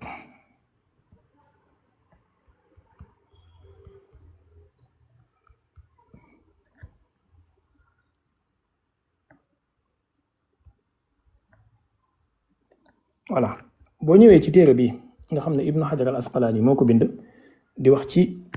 mudallisuuna yi maanaam ñi nga xamante ne dañ daan def tadlis te tadlis dafay yàq xadis ñi jàng xadis xam nañ ko. léegi boo ñëwee ci téere bi ci numéro 30 ci mudallisuuna yi di nga gis voilà mu ngi nii dama ko encadré woon en bleu sax. Hisham ibnu Urwa ibnu Zubair ibnu al-Awwam taabi'iyun saghirun mashhurun zakarahu bi zalika maanaam bi tadlis Abul Hasan al-Qattan ba wax ji jeex gis nga. donc li nga waxoon ne naa la indil ci Hisham luy problème am lii benn la ci ay problème am mooy Hisham da daan def tadlis te dafa. jëf taabi kii na de yaa jëfati suñ góor gi. jaajëf sëñ Cheikh Baye am na solo yaakaar naa sànq Almash moom nga loolu mën nga tijji sa micro nga leeral ma kan nga jamoon si ñi ni su ma nee nekk sëñ Cheikh Baye. Souleymane ibnu Mihran al Amash. kii la Almash mi nii al Amash mi la kii la. Souleymane ibnu Mihran waaw. topp ci nekk ci diggante Ibrahima ak kii nii ok kon moom la nañ dem xool lan lañ si borom xam-xam yi wax yaakaar naa kon la Souleymane ibnu Mihran suñ yemee fii nii rek nee nañ ku jara wóolu la hadith scholar ku jara wóolu la mi ngi nii loolu lañ bind fii nii nañ dem ñu xool kan moo ko wax kon Abu al-Qasim nee na the most knowledge of the people in saying of Abdullah xomalan ibnu Masud Abu Bakr ibnu Ayash tamit waaw nee na wax na ko we used to call him the master of the narrator doo demee si Abu Hasim ibnu Ar-Razi nee na ku jara wóolu la his hadith is used as evidence nee na dañuy jël ay xadisam boo demee si Ar-Razi nee na kii imam la boo demee ci Ahmad ibnu Anbal a man from the people of Kufa and once in narration of Almaj there is much confusion lii la ci Ahmad mi ni wax Ahmad ibnu Shaib trustworthy and reliable nga dem ibnu Hajar al-Asqalani li mu fi wax mi ngi nii yor nañ ko nee na ku jara wóolu la trustworthy hadith scholar knowledge in recitation pious but he concealed defects in narration and he mentioned him among those whose concealment of defect is acceptable because of his imamate and once one of the leading hadith scholar and reciter nee na kii nii ku jara wóoru la Ibnu Hajar Asqalani mi ngay wax ba léegi baal ma yóbbul la ko en français comme ça mu gën a leer si ñi ma ñeneen ñi ñu gën a leer mu gën a leer seeni lool maa ngi jégalu si anglais yu naqare yi mu gën a leer seeni nopp ñu xool lan la si Ibnu Hajar wax mu ne Ibnu Hajar savant digne de confiance nee na al-Ahmash mi nii waa ji bëgg a jàm nee na savant digne de confiance en matière de hadith connaisseur des récitations pieux mais il dissimule les défauts dans les narrations il l'a mentionné parmi ceux dont la dissimulation des défauts est acceptable à raison de son imama c'est un imam et une fois l'un des principaux savants et récitateurs de hadith kon lenn la rek lii nii lenn la maanaam yow loolu da nga ñëw nga ne loolu moo tax hadith bii nii di Muslim 1422D bi nee nga loolu moo tax ñu koy jam c'était pas la question tontu naa la ba noppi mais c'était pas la question mooy ndax lii hadith la wala du hadith waxuma la ndax dañ koy jël wala duñ ko jël xam naa ne moom jàmbaar nga moom quoi mën nga répondre à côté tu le fais très bien c'était pas la question mon cher dama la laaj ndax lii xadis la wala du xadis ndax da nga ne lii du xadis asar la wax ma lu tax lii nii du xadis nga bëgg fee ñëw naan ma déedéet li Souleymane ibnu xawma la nan nag moom nekkul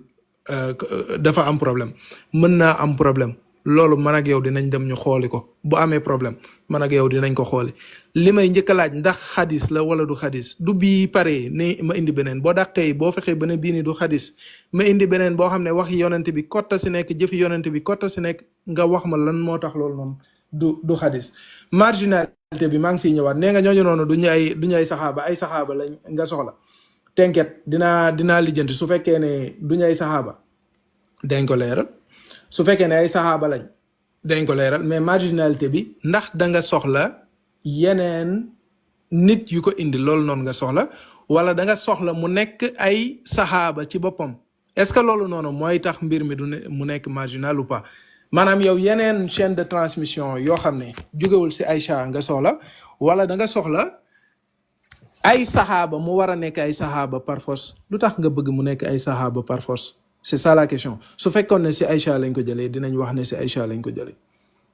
jeex na loolu kay pay wax ji ñëwal ndax lii xadis la wala du xadis lu tax du xadis muslim 1422D bi lu tax du xadis loolu mooy laaj. jërëjëf foti góor gi temps bi jeex na. merci voilà xam naa ngeen baal ma rek góor gi moom xam naa tey cours gratuit la bëgg a jël mais garaawul dinaa ko jox mbokk yi même bu fekkee moom du jël d'abord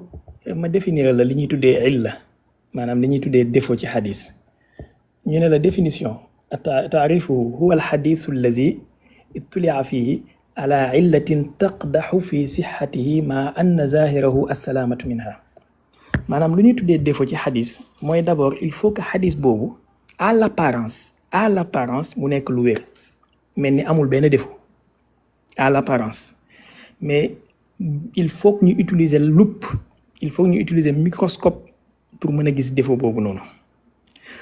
moo tax xadis bi bu fekkee à l'apparence wérul sax boobaa kenn du wax xadis moo àll wala xadis moo àllal kenn du ko wax foofu il faut que à l'apparence mu nekk loo xamante ne dafa mel ni lu wér la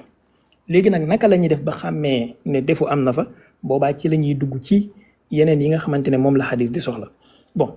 balaa may ñëw ci loolu li nga nekk di répéter depuis sànq rek tontu naa la ci 1 million de fois définition bi ma la jox mooy wane ne lii du xadis maanaam xadis waxu yonent la ak jëfam waxu ab saxaabi nag boo xamante ne duwul ne daf ne dafa gis yonent bi def wala dafa dégg yonent bi wax loolu kenn du ko tuddee xadis asar lañ koy tuddee su fekkee voilà du ma wax mooy Ibnu Moustapha di utiliser mais bref léegi xaaral ma wan la li ñuy tuddee tadlis encore une fois xëy na mbokk mi dafa xamul ne maanaam nit mën naa nekk siqa ba pare nekk mudallis te tadlisam nekk luy yàq xadis aussi alors baal ma taal juste sama caméra page 54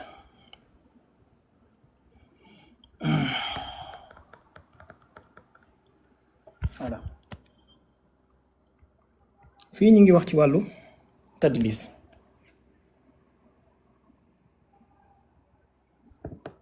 fii ñu ngi wax ci wàllu mudallis ak tadlis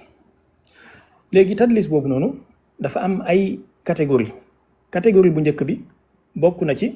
lu ñuy tuddee tadlisul isnaad ak tadlisul shuyuux ñaareel bi ñetteel bi tadlisul bilaad ñeenteel bi tadlisul atf xoolal yii nii yëpp juróomeel bi tadlisul sukuut juróom-benneel bi tadlisul taswiya yii nii yëpp ki koy def mën naa nekk siqa koo xam ne en temps normal ku ñu wóolu lay doon donc lii nga fi indi ci Souleymane ibnu Mihran al Amash duwut lu bees nit ku ñu wax ne siqa la ba pare ñin mu nekk mudallis boo xamante ne bu tadlisee xadisam duñ ko jël duwut lu bees léegi nag tadlis lu tax muy yàq xadis dafa am ay catégorie bu fekkee ki nga xamante ne dafa tadlis même bu fekkee en temps normal ñëpp xamee nañ ko tadlis waaye mu tasrix bis sama maanaam mu ñëw ne man maa dégg diw ne kookaa dañ naan tasrix na bis sama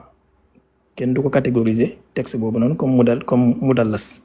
bu fekkee nag dafa ana comme ni Amash def fii ne an fulaan boobaa dañ naan mudallisun ana boobaa ñu jël ngan di point d'interrogation bu rouge def ko ci lii mooy différence bi du ne nit ki dañ naan kuñ wóolu la wala siqa la rek ay ca jàll na géej gi nit mën naa nekk siqa te du tee mu indi xadis bi bañ a wér nit mën naa nekk siqa mu riwaaye xadis ñu sànni xadis bi pour d'autres raisons parce que du ne jëmmi nit ki nekk siqa kese moom mooy tax ñuy nangu xadis yow yaa ko fi waxal sa bopp sànq bi ma la laajee bi ngay tontu à côté naan xadis bu wér il faut que nekk nit ki nekk siqa mais il faut que xadis bañ a am marginalité il faut que xadis bañ a am défaut il faut que xadis bañ a am nangam léegi parmi ces défauts là daf cee bokk nit ki nekk siqa ba pare nekk mudallis parmi ces défauts là dafa bokk ci parmi ces défauts là aussi nit ki nekk siqa ba pare indi xadis bi am marginalité léegi nag li ngay laaj di ko répété man laaj leeralal naa la ko question bu simple laa la laaj à l'exception de Sayyidatuna Aïcha indil ma ñaari saxaaba laa la wax waxuma la ay taabii waxuma la ay atbaaw taabiina ñaari saxaaba kese laa la laaj à l'exception de Sayyidatuna Aïcha ñu nettali wax ji et man je te dis wax ji dafa am marginalité te mën naa la koo saxalal te yow yaa liir ci li nga liir ci chat GPT que ne xadis pour mu wér bu du am marginalité yaa ko wax léegi loolu nga wax noonu moom laa lay buum boobu nga jënd moom laa lay yeewee amul benn problème donc xadis bi dafa am marginalité chaîne de transmission bi nga indi wérul parce que dafa am ay défauts yu ci nekk te wax naa la léegi définition bi nga xamante ne moom la ñuy tuddee xadis bu am défaut il faut qu'il soit un xadis boo xamante ne à l'apparence dafay mel ne amul défaut à l'apparence donc il faut ñu utiliser la loupe et des microscopes pour mën a gis défaut bi et on a utilisé ça on a vu que Souleymane Ibn Mihran al-Amash bi nga indi nii mudallis la Chambi bi nga indi mudallis la demal nga indiwaat yeneen bu fekkee am nga yeneen chaîne de transmission. jërëjëf sëñ Cheikh Abaye. jaajëf góor gi waasi. waaye daf mel ne cheikh bi déggut laaj ji laay foog de wax dëgg maa ngi góorgóorlu di tontu say laaj ji ñëpp a ngi koy gis kam li ma mën maa ngi koy def de maa ngi tontu say laaj yaa ngi may laaj say laaj maa ngi wër di la indil li ma yor ma indi su ma yorul ma dem wëri indil la yow defoo effort jéemal dara cheikh bi jéemal dara lu tax muslim 1422D bi nekkul xadis li mooy laaj bi lu tax nekkul xadis nga ñëw naan ma dafa marginal ak waa ji day tadlis ak nee naa la loolu nekkuma fa tollaguñ fa dinañ sa dugg tenket yow foofu nga mënee xam naa ko lu tax lii du xadis lii képp laa lay laaj da nga wax ne maanaam su fekkee ne du xadis nu mu tuddati sax su fekkee ne daa am leneen luñ siy wax lu dul waxi yonent bi loolu mën nañ ko ñàkk a jàppee xadis léegi fii nii ah non li Ibn Hajar doon wax la alors Ummul Mu'minin narrated bii nii la nañ demaat ñu xoolaat ko ba xam daa am leneen lu si rax ba cheikh bi bëgg ko def ne lii nii du xadis nañ ko xoolaat on va voir ça. Je comprends ce que tu dis, hein, j'ai bien accepté tes définitions. mu ne yaayu jullit ñi Aïcha na ko yàlla xéewalal wax na ne wala indi na ne yonent yàlla bi na xéewal ak dal si ko waaw yooyu noonu yëpp li si topp yëpp takk na ko bi muy am juróom-ñaari at yóbbu na ko këram bi muy am juróom-ñeenti at et quand il est mort elle avait 18 ans bi muy faatu mi ngi am fukki at ak juróom-ñett ndax lii nii jëfu yonent bi la wala du jëfu yonent bi lii képp mooy laaj bi nga naan ma déedéet daa am ku nekk ci chaîne de transmission bi kooku da doon fàtteeg day tadlis. Je réponds à tes questions. Réponds à mes questions toi aussi. Pourquoi ce hadith-là? L'autre, j'ai bien compris ce que tu m'as dit. Muslim 1422A bi mën naa ko afficher. Là, j'ai bien compris ce que tu m'as dit.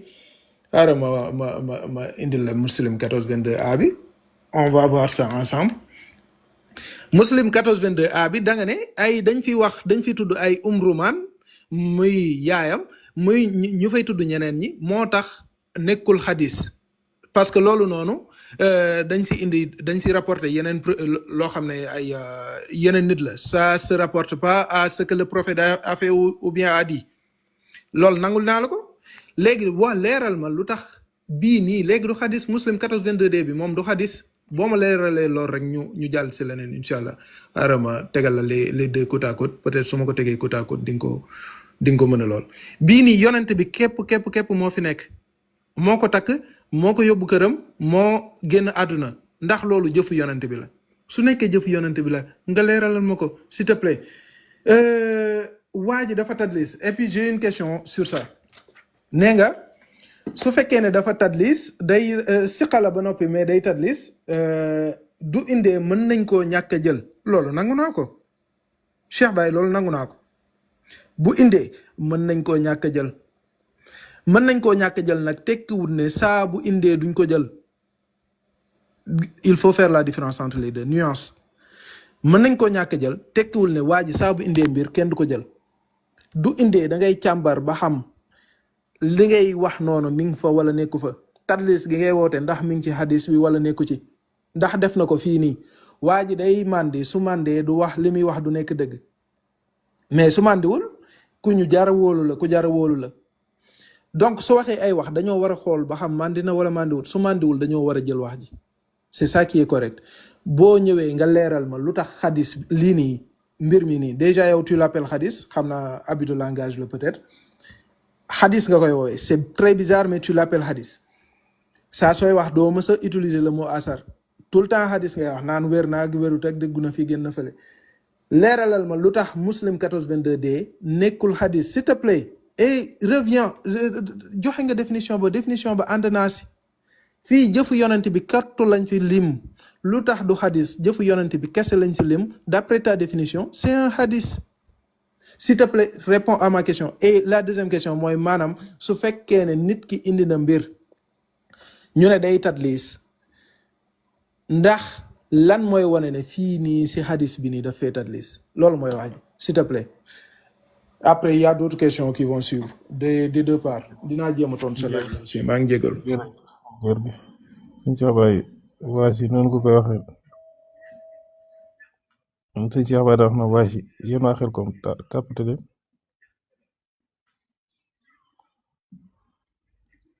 sama téléphone am na ab appel de ki may woo du bàyyi li muy def suñ Cheikh Baye bisimilah doxal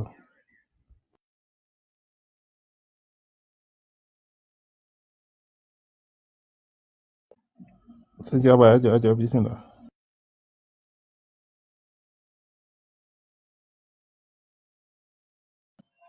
suñ Cheikh Baye daa génn wala man maa génn non ci moom la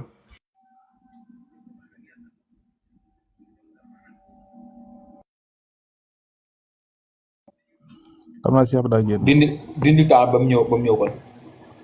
waa dinaa ko jël kii waa xel ko waa njurul léegi ba indi kii bi modérateur yi mais nit kii affaire bi du ko bàyyi wala xale bu jigéen bu rafet bi la boo def bu dee moom da ngay mënoo ci dara moom de ceeb naan bay bul ma woowee Cheikh bismillah merci beaucoup maa ngi jégal alors léegi mbokk mi nee na répété na ko une fois tontu naa ko une fois góor gi lu tax du xadis waxu sayyidatuna Aïcha la c'est clair lu tax du xadis waxu sayyidatuna Aïcha la du waxu yonentu bi jëfu sayyidatuna Aïcha la du jëfu yonentu bi waxu sayyidatuna Aïcha ak nettaleem la lii moo tax du xadis bu fekkee lii kese nga préparé woon nag comme ay question ak lii kese nga préparé woon ci débat bi mën ngaa continuer di ko répété fii ba suba j'en ai répondu 1000 fois li tax lii du xadis 14 nangam 14 22 lu tax du xadis waxu sayyidatuna Aïcha la voilà alors léegi lu tax ma ne la diw dafa tadlis xaaral ma wan la lii xam nga chaîne de transmission bi soo ko xoolee fii daf ne xaddasana baatu xaddasana bi damaa bëgg nga jàpp ko bu baax maanaam buñ ne la xaddasana bokkut ak Amash moom bi mu ñëwee daf ne la an maanaam ñun ci wàllu xadis kii xam nga daf ne xaddasana Abu Muawiya waaye fii waxuñ xaddasana Amash dañ ne anil Amash an Ibrahim ba léegi waxut xaddasana léegi lan mooy àtte bi ñu ne la fii xukmu an anatil mudallis an ana mooy ku wax ba pare utiliser baatu an moom la ñuy wax an ana léegi ñu ne la àttee an ana comme li Amash def fii an bii nii an bi ñu ne la xukmum lan mooy àtteem xukmu an anatil mudallis ñu ne la wa alal ijmaai maanaam ci lu ñëpp dëppoo consensuellement isa mu ne taridu riwayat wala turaddu riwayatul mudallis al muksir min at tadlis isa waradat bil anana maanaam dañuy rejeter riwaaya koo xamante ne mudallis la al muksir bu fekkee ne dafa ñëw ci siira wa ana walam yusarrih fiha bis sama te waxul ne dégg na wala diw nettali na ko turaddu riwayatul mudallis al muksir iza waradat bil anana walam yusarrih bis sama bàlle ma tudd dafa am livre bu muy kii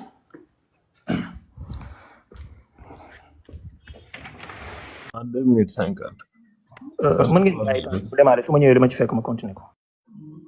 d'accord wala boo ñëwee lañ joxaat la kii suñ góor gi yaakaar naa loolu dina war a mën a nekk. non amul solo amul mën nañ ko joxaat 3 minutes. waa Xelcom tàppate leen balaa pëlis yu njuróol bee tëj yoonu Xelcom bi ngóob mi li ci des bëreetul.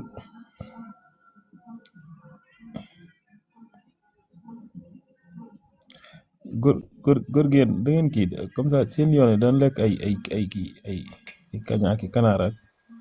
ah yow dañuy lekk doo lekk mbëtt xanaa xamoo mbëtt. waa mbëtt xam naa ko mënu rek bar ni waa aussi mbëtt ak barak yooyu dañ koy lekk su suñu maam yi la bokk suñu yëfi maam yi bokk la bokk dañuy lekk mbëtt kay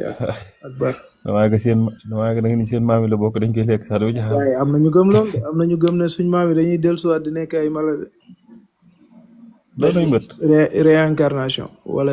xaw ma ba xam day nekk ay mala mais dañuy ñëwaat daal xaw ma nag ba xam am na gëm mën nañu nekk ay mala wala. yow doom yaakaar naa sama membre di kati bi tax lay doon waaye ñëwal sëñ waa nee ma joxal 3 minutes la nee na garaaw nee ma defal. non garaawul bàyyi ma ko. déedéet mën nañ la joxaat 3 minutes. wallaay garaawul léegi xoolal ñu ne la kon dañuy delloo riwaayak mudallis boo xamante ne dafa anaana te Amash bii nga indi fii dafa anaana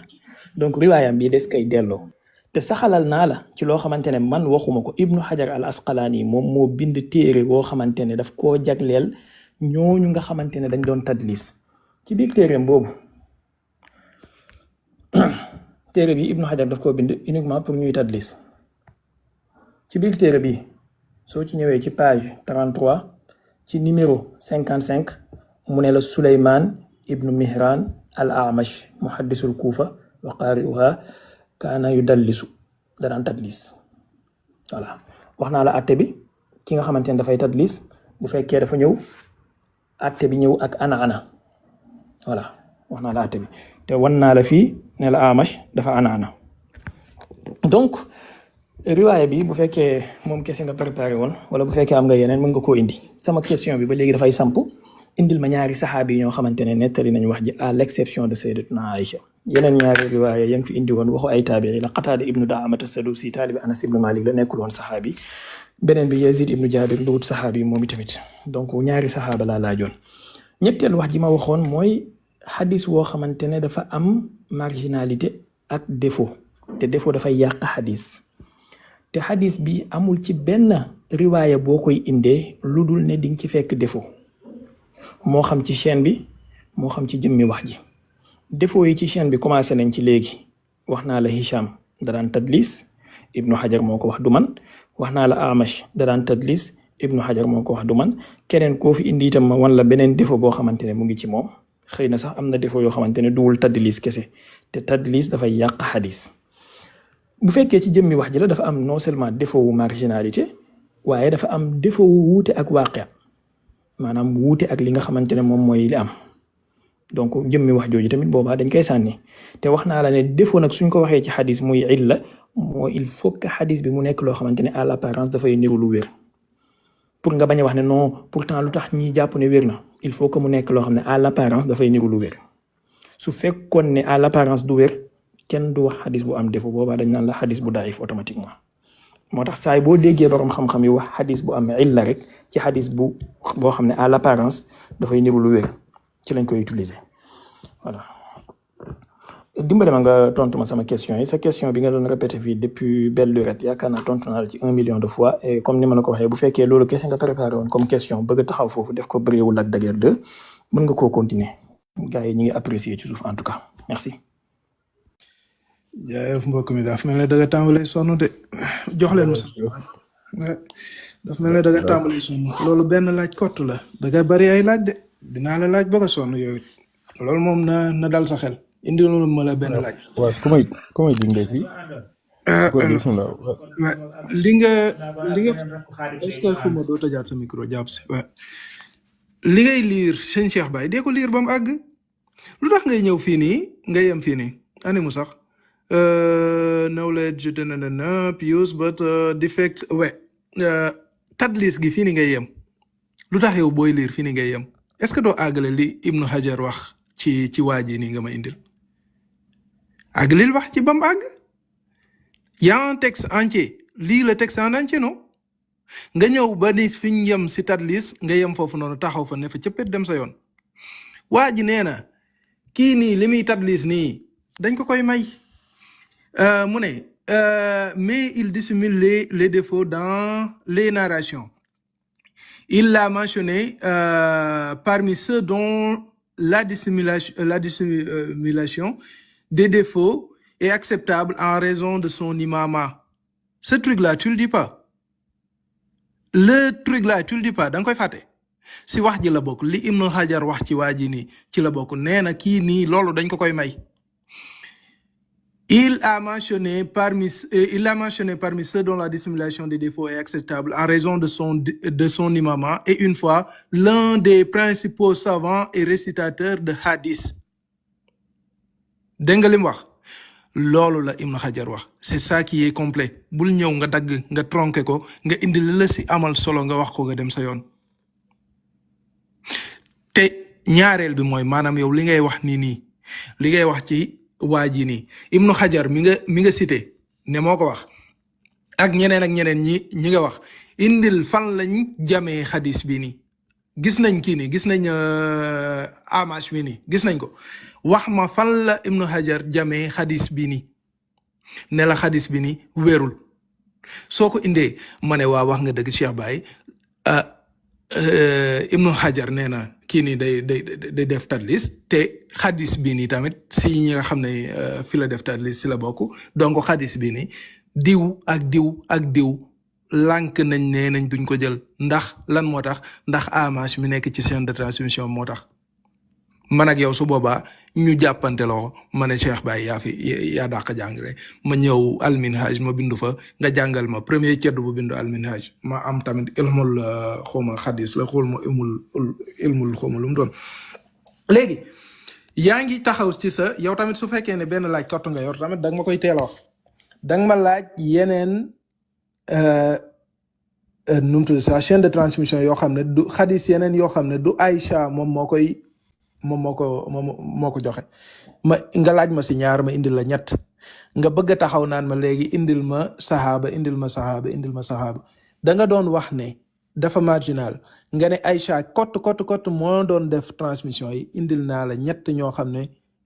hadis bi àggut si Aïcha ñoom ñoo ko wax ñu jëlee ko ba mu àgg si Jaabir ba mu àgg si Xatada ba mu àgg si Abdullah kum doon kon xam nga leen bu ma gënee amee jot mën naa dem wutil la yeneen nit mais voilà jox naa la yeneen chaîne de transmission yoo xam ne du Aïcha si Aïcha lañ ko jëlee déedéet du xadis yëpp liy wax si mariage Aïcha bi du xadis yëpp lañ jëlee si Aïcha am na yeneen yoo xam ne jëlee wuñ ko si Aïcha na leer ñaareel bi mooy lan laa si bëggoon a yokkaat leneen donc li nga wax ne marginalité kon amu ci sama question bi nag tu veux pas y répondre la question pourtant elle est simple s'il te plaît réponds à mes questions j'ai posé une seule question depuis le début et tu tardes à y répondre man boobu ba léegi maa ngi jéem kem kattan si li ma mën di toon say laaj bi lan la Muslim 1422D lu tax du xadis lu tax nga koy woowee xadis ba noppi ne du xadis yow déjà yow xadis nga koy woowee ba noppi ne du xadis te jëfu yonent bi moo nekk si biir jëfu yonent bi kot moo si nekk waxu yonent bi sax nekkul si jëfam moo si nekk nga ne du xadis et ta définition nous dit quoi sa définition bi nee na jëfu yonent bi duñ ko indee loolu xadis la leeral ma mbir mi li kese lay laaj li may laaj méttiwul de s'il te plaît comme ça moi je pourrais poser mes autres questions j'ai d'autres questions je suis juste aussi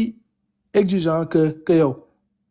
dangay taxaw nga lànk ne duñ tontu say laaj doo jàll si leneen man tamit doo tontu samay laaj du ma jàll si leneen s'il te plaît réponds à ma question au lieu de dire à tout le monde que yaa ngi tontu si laaj yi te tontu woo si laaj yi tontul si laaj yi une bonne fois pour toutes s'il te plaît jàpp ko si ngir jëmmi Seydina Mohamed tontul sama laaj.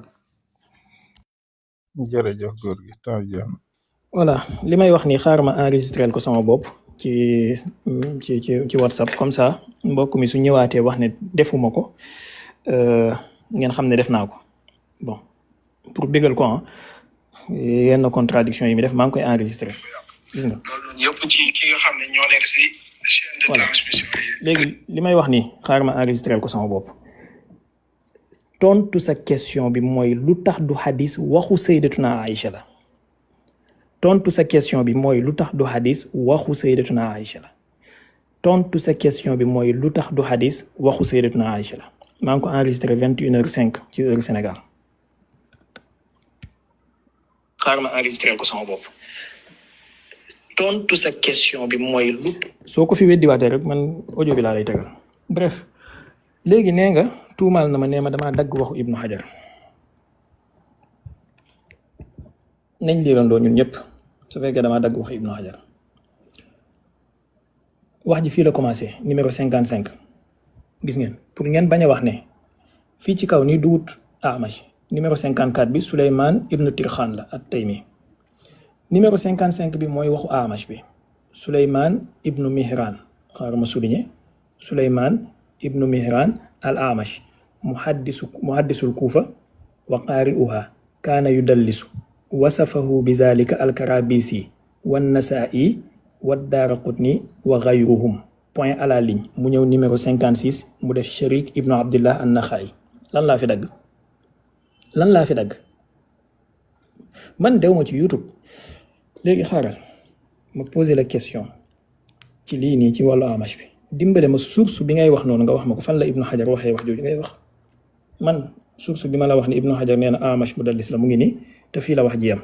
wasafahu bi zalika an-Nasaa'i al-Karabisi wa an-Nasaa'i wa Daaraqutni wa gayruhum point mu ñëw Sharik Ibnu Abdillah an-Naxaay bi mu paree ci Sharik Ibnu Abdillah an-Naxaay mu dem ci Shuayb ainsi de suite waxu Amash bi jeex na fii la yam lan laa dagg. mais bon man comprendre naa astuce bi pour mu mën maa tontu faaw mu déformer samay wax faaw mu tuumaal ma lii wahabiste yi daan nañ ma ko def depuis 2015 2016 pour ñu mën maa tontu faaw ñu déformer samay wax waxal ma lu ma waxul. ñaareel bi déformer na sama question boo xamante ne waxal na ma lu ma waxul te question bi mu ngi nii ma noté dama ko ne donne-moi jox ma ñaari saxaaba depuis bañ commencé loolu laa wax waxuma la jox ma ñaari chaîne de transmission wala jox ma keneen ku wax waa ji dama ne la donne-moi ñaari saxaaba à l'exception de Sayyidatuna Aïcha bii tamit xaaral ma enregistré ko balaa ñu naan damaa waxoon 2 personnes seulement mu naan indil na ma Qataada indil na ma diw indil na ma Tabaraani góor gi sama question bi njëkkoon mooy ñaari composant wa hadis yi jox ma rag-rag yi ci nekk yoo xam ne dafay feebar wa hadis ñaareeli question bi mooy jox ma ñaari saxaaba à l'exception de Sayyidatuna Aïcha ñu nettali wax ji enregistré naa ko boo ko fi weddi ma tegalaatal la ko parce que fi mu toll nii mbir yi faaw ñu def ak yéen noonu maa ngi lay laaj dimbale ma ngir yàlla ci suuf su waxu Ibnu Hajar bi ngay wax noonu yow ci Google nga ko jëlee man téere laa la wan te nee nga damaa dagg waxu Ibnu Hajar bi lu tax indiwuma nangam su ma ko gisoon dinaa ko indi man li ma gis ci li Ibnu Hajar wax lii moo fi nekk voilà kantaan nag dem ci ay site ñi lay bindal nangam ak nangam ngay iji di boole xëy na mën naa tax nga bañ a xam yenn sew-sew yi léegi man dama ne la hadis bii dafa am défaut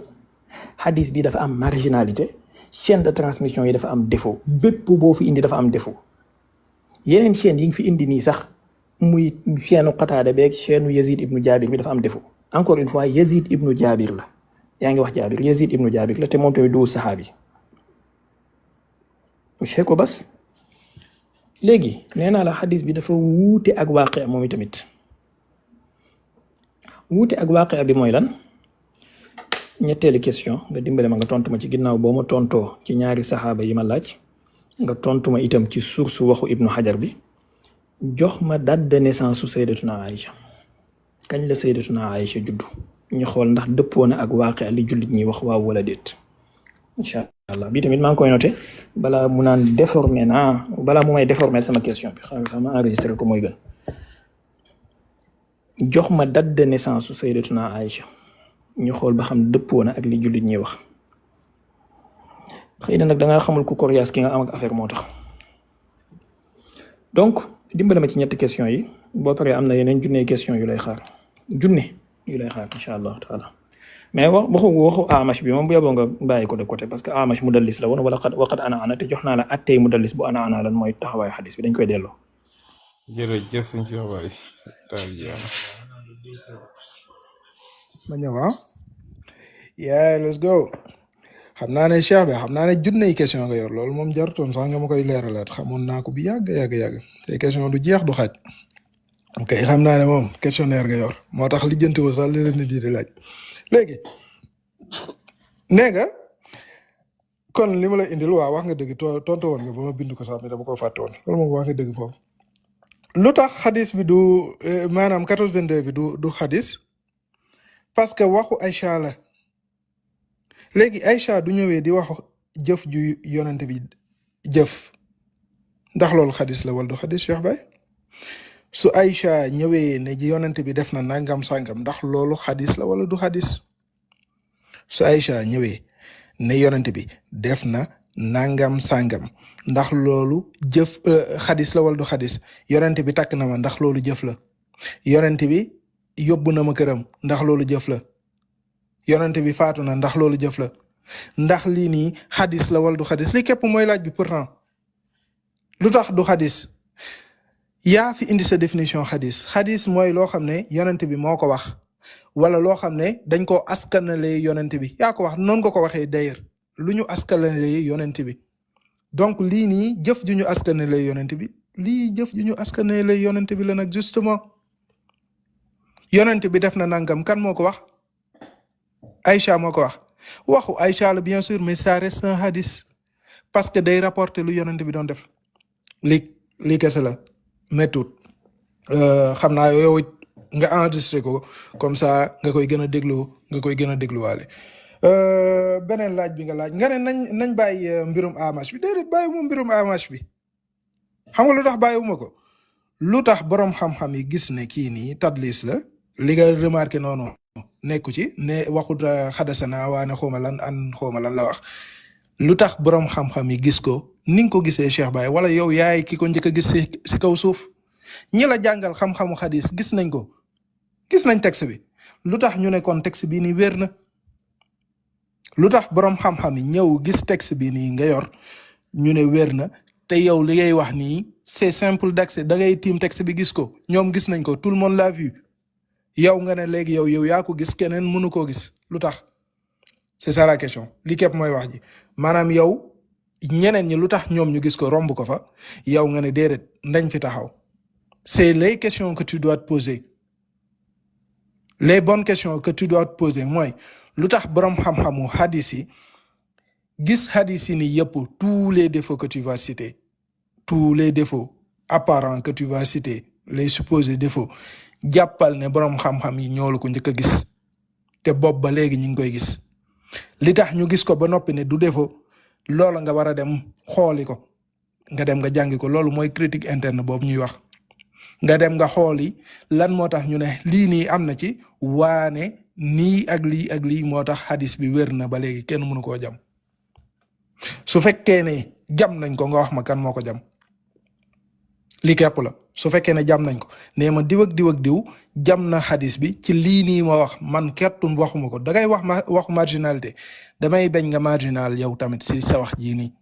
su fekkee ne da nga see marginal ni ñuy def sa xadis ni ñuy def xadis yu marginal yi la ñuy def sa wax ji dañuy jël ñu tegee ko ne ñu ne waxu sëñ Cheikh Baye la te yaa ma ko waxoon sa njalbeen tu m'as dit quoi waxu góor gi suñu yoon nekku ci waxu suñuy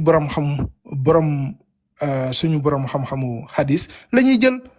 yaa ko wax les savants li ñu wax loolu la ñuy jël kon man tamit je vais t'envoyer la réciproque li ngay wax sama yoon nekku ci sa considération sama yoon nekku ci indil ñu benn borom xam-xam bu ne li ma wax nii noonu la demee maanaam fii nii hadasana bi nii àggul dafa tadlis fii nii loolu moo tax hadis bi nii waa ji mu jam ko indil ñu loolu noonu sinon man ak yow fi mu toll nii si débat bi xamal ne ñoo bokk même niveau bi lañ nekk loolu na leer sa bopp. Aïcha nee nga kañ la juddu Aïcha 614 la juddu yaakaar naa loolu laa gis mën nga jël 614 yaakaar naa am nañu joxe 613 mais 614 waaye xaw ma 613 xaw ma 615 bon j'ai pas vérifié ça mais 614 jàppal 614 rek ak lanaat leneen loo waxaat.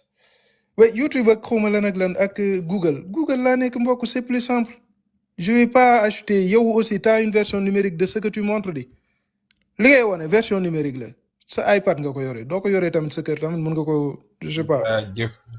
góor gi pareil. mat na jërëjëf sëñ góor gi sëñ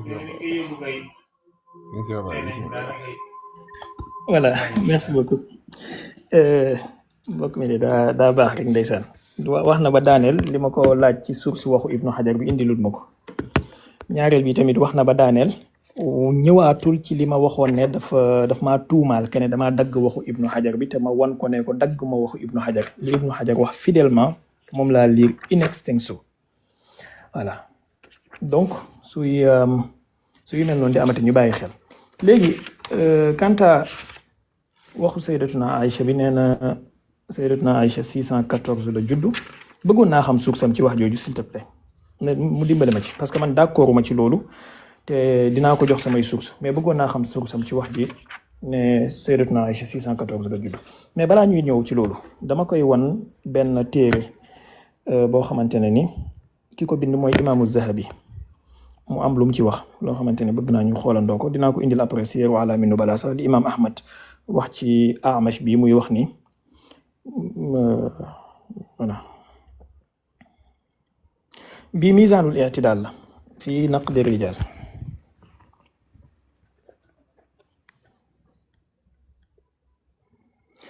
téere bi mu ngi tudd misaanul i'tidaal pour waa ji nag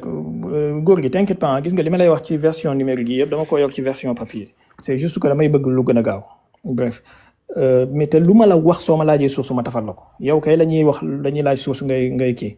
li misaanul i'tidaal la fii naqdi rijaal bu imaamu Zahabi ci tarjama numéro 3517 ci volume 2 ci page 234 mu ngi wax Souleymane ibnu Mihran al Amash boo wàccee ci suuf ci tarjama bii nii da nga gis mu ne la qaala ibnul Madini Ali ibnul Madini wax na al Amash kaana kasiiral wahmi fi ahadisi haulaai du'afa al Amash ku bëri woon ay njuumte la kaana kasiiral wahmi ci hadisu du'afa yi di benn la après dinaa la indil li imaam Ahmad wax ci Siyar A'laami Nubala moom itamit quant à laaj bi ma laaj ne ma ban borom xam-xam moo wax ne hadis bi daif la sëñ bi tu dang ne critique interne ngay def an jaad duñ def xam-xamu revue de presse dañuy dem ci règle yi dañuy def démonstration intellectuelle gymnastique intellectuelle laa lay woo ñu def ko duñ dem ci xam-xamu revue de presse di wax na sadaqallaahu al-aziim wax ji jeex na déedéet xam-xamu hadis dafa am ay règle kan moo wax ne xadis sàngam wér na wala wérul règle xadis yi ñoo ko régir et règle yooyu noonu moom la boroom xam-xam yi di topp depuis la nuit des temps ba tax na imaamul xaakim mën a bind xadis ci 4e 5e siècle Zahabi yi ñëw ci 7e siècle naqdu ko ne ko buñ jaaree ci règle yi li nga wax ne wér na ni wérut Albani mën a ñëw ci 14e siècle naqdu Abu Daawud naqdu Nasaa'i naqdu nangam ne leen li ngeen wax ni suñ jaaree ci règle yi wéru xam-xamu xadis ay règle la règle yooyu rek la ñuy topp et règle yi suñ ci jaaree nag bu fekkee ne dafa am benn góor gi bu waxoon 1 + 1 = 3 ñu jaar ci règle calcul arithmétique de base yi gis ne 1 + 1 = 2 dañ naan kon góor gi di mu waxoon ni 1 + 1 = 2 règle bi wuute na ak moom lii kese la man li ma wax moom moo gën a dëgër yow li nga nekk di wax nii c'est que ñun suñ problème ak yéen mooy ñun topp ñu ay nit ñun xam-xam la ñuy topp ak ay règle lu règle yi wax lu xam-xam wax moom la ñuy topp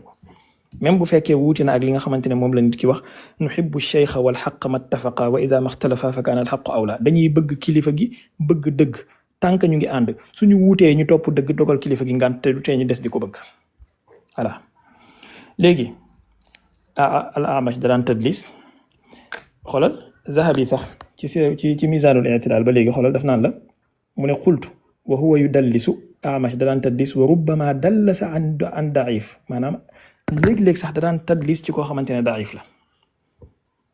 lii Zahabi moo ko wax ñun règle yi rek la ñuy topp li nga xamante ne moom la boroom xam-xamul islam yi tëral su fekkee da ngaa am beneen chaîne de transmission indi ko ñu opérer la ko ni ñu opérer bii nii waaye bii moom mën nga koo tegee de côté te bu fekkee li ma wax ci Amash doyu la itamit ñeneen ñi nekk ci chaîne de transmission mën naa la kaa opérer comme ni ñu opérer Amash mii kese de voilà bul jàpp ne Amash kese moom la ñu am comme kii mais dimbali ma ngir yàlla sama question yi jeexagul woon de benn bi maa ngi la koy fàttaliwaat mooy question bu njëkk ba jox ma ñaari saxaaba yu nettali wax ji ko wuuteeg Sayyidatuna Aïcha ñaareel bi maa ngi lay laaj sa source ci waxu Ibnu Hajar bi nga toxal sànq li nga doon taf ci Google maa ngi la ci laaj sa source man li ma la wax yëpp wax naa la samay source ñetteel bi maa ngi lay laaj sa source ci wax ne Sayyidatuna Aïcha 614 la judd bëgg naa nga dimbale ma ci sa source s'il te plaît parce que man d'accord ma ci te mën naa laa jox sama source incha allah. jërëjëfati sëñ Cheikh Baye waa ko maandu góor gi ñëwal. abonné leen tey aimé di partager di participer di envoyer ay cœur